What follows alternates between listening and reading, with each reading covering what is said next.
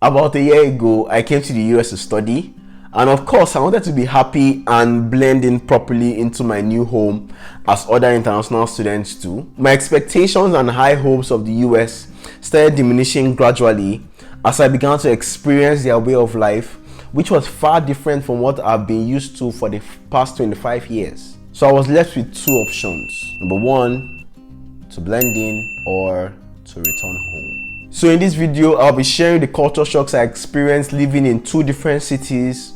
First, a rural / suburban place where I did my master's, and then secondly, a city where I currently am for my PhD, so you can know what to expect before you arrive and also to prepare the best way possible. If you're new to this channel, welcome. My name is Nzube and I'm a data science PhD student here in the US. The videos on this channel are to help ease your transition here to the US and also make the best out of your stay here.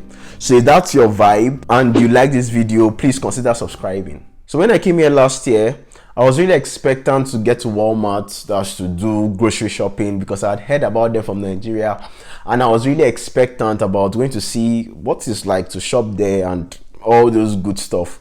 So when I went there to buy things like bread, tomatoes, kitchen utensils, just things to help me get started and help me get settled in. When I got to the point of payment, I received my first culture shock, which is sales tax. There are always sales tax for everything you buy, apart from food items. This is very different from what I grew up with from Nigeria, where the displayed price is just the final price in places like stores, but is the maximum price in places like markets where you can still negotiate and get a better deal. These sales tax differ from state to state, as you know that states are independent here in the US. It ranges from 0%, which we have in 5 states where they don't have sales tax, up to 7.25% for somewhere like California. In Ohio, where I previously was, it was 5.75%, but here in Georgia, where I currently am now, it's 4%.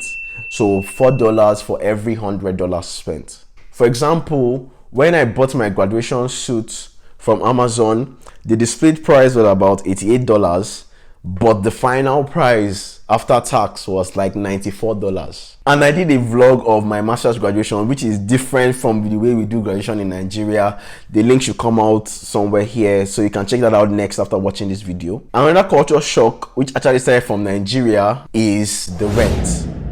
Now, the rent is expensive and is also paid monthly. Back when I was in Bowling Green, Ohio, I stayed in a 2-bedroom apartment and the rent was about $500 a month, which wasn't typical there actually. To get like a good 2-bedroom apartment, you'll be budgeting like $800 per month, split into 2 places. But then this same $800 would get me a 2-bedroom apartment in Nigeria, some places like Owerri or some parts of Lagos, for a whole year. The rent is even much more than that here in Georgia. I'll probably just leave that one for another video of its own. Actually, what I've noticed from my time here is that the system is designed to take all the money that it gives you. So you might have the impression that, okay, I'm working and I'm earning money, but there are several channels and several avenues: rent, utilities, bills, phone payments, car payments, all these payments that they really set up to get the money from you, to which you have to be disciplined for you to have savings. Now, there can be 2 apartments in the same building who pay different rents. So it's through research that you can find out, okay, where can I find a cheaper place? Where can I find a better place that still gives me what I want? Looking back, I can see I was really enjoying while studying in Nigeria doing my BSc, because the academic system is different. And this was the third culture shock for me. Looking at the grading system, in a federal university where I studied and did my bachelor's, the A grade starts from 70%. But the standard over here, standard A grade, is 90%. Some lecturers know that their course choke.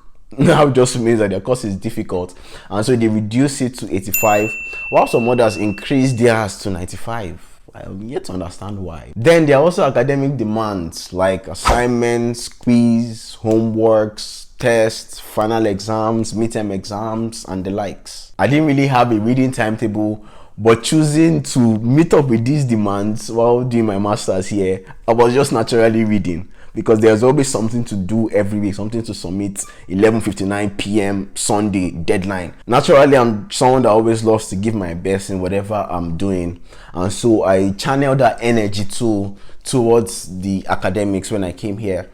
And so wanted to give my best. 90% is A, let's aim for 99, let's even aim for 100. As I wanted to do all that and keep up with it, I actually broke down. And this was in April. I felt really ill, and that sickness, that period for me, helped me to have a rethink and gradually adjust to the culture shock. Studying the American system a little, I've seen that a lot of things here are geared towards you having an independent lifestyle, which was the fourth culture shock for me. Human beings are relational, and the communal lifestyle that we have isn't really seen a lot over here. So this is one of the reasons why you have to research on the strength of the Black community in the school that you're going to, because we already understand what it means to have that communal lifestyle. So this means you need to create a community for yourself, plan events and outings, get involved in social activities. This helps you to still be human. Also, you need to learn how to do some independent things too, like cooking more. The last culture shock for me is the house. Listen. Can you hear that? Houses are made of wood.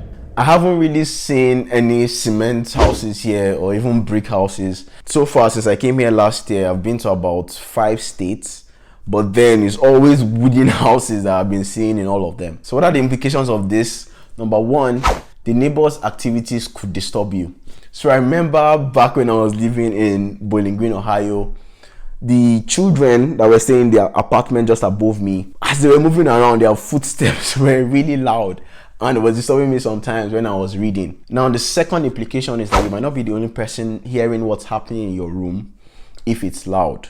So if you're someone that likes privacy, you might have to have some considerations in the volume in which you speak. How loud or how quiet are you when you speak? The US is made up of about 50 states, and the experience from rent to every other thing depends on where your school is located. Now, there are 5 things you need to look out for to select the best school for you. So watch this video next where I broke down those things in details. Thank you so much for watching.